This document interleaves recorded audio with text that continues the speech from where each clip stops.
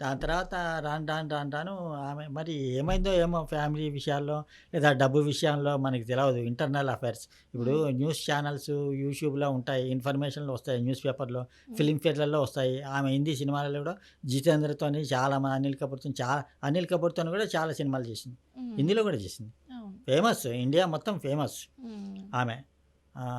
ఎంత అందంగా ఉందంటే ఇంకా చెప్పలేము. ఈ సినీ ఫీల్డ్‌లో అంత అందగత్తె ఎవరు లేరు అని హ్మ్. గట్టిగా చెప్పవచ్చు. హ్మ్. ఎందుకంటే నేను చిన్నప్పటి నుంచి బాల నటి ఉన్నప్పటి నుంచి చూస్తూనే ఉన్నా. ఓకే. సినిమాలు కూడా చూస్తూనే ఉన్నా.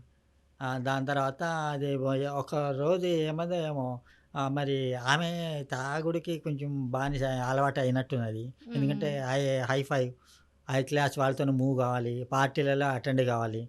ఈ హ్మ్. ఫంక్షన్స్‌లో అటెండ్ కావాలి. ఈ ప్రివ్యూ ఈవెంట్స్‌లోనో, ఈ సాంగ్ రికార్డింగ్‌లోనో లేదా హ్మ్. షూటింగ్‌లు అయిన తర్వాత ఇంకా చాలామంది సినీ ఫీల్డ్‌లో ఉంటారు కదా! ఆఫర్ చేస్తారు. ఈ అవును. క్లబ్‌లలో లేకపోతే ఇంకా పబ్‌లలో లేకపోతే ఎక్కడైనా పార్టీలలో బర్త్‌డే పార్టీలు హ్మ్. లేకపోతే ఇంకా వేరే ఈవెంట్‌లలో కలుస్తుంటారు. అంతా అయిన తర్వాత నార్మల్ కామన్ సినీ ఫీల్డ్‌లో ఉన్నదంటే ఈ డ్రింక్సు, పార్టీలు ఇవ్వడం ఇది కామన్ అవును. జనరల్‌గా అవును. ఆ రోజుల్లో. అవును. అవి లేకుండా ఉండేవి కాదు. హ్మ్. మరి ఎట్లా అలవాటయింది హ్మ్. డ్రింక్సు. హ్మ్.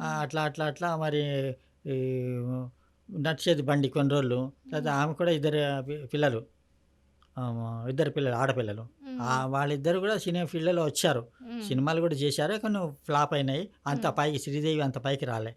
ఒక అమ్మాయి పేరు జాహ్నవి కపూర్ ఏదో ఉంది. ఇంకో అమ్మాయి పేరు సరిగ్గా తెలవదు నాకు. హ్మ్. సినీ ఫీల్డ్‌లో వాళ్ళు కూడా హీరోయిన్‌లుగా చేశారు కానీ పైకి రాలేకపోయారు. మరి హ్మ్. రీజన్ ఏంటో మనకు తెలవదు.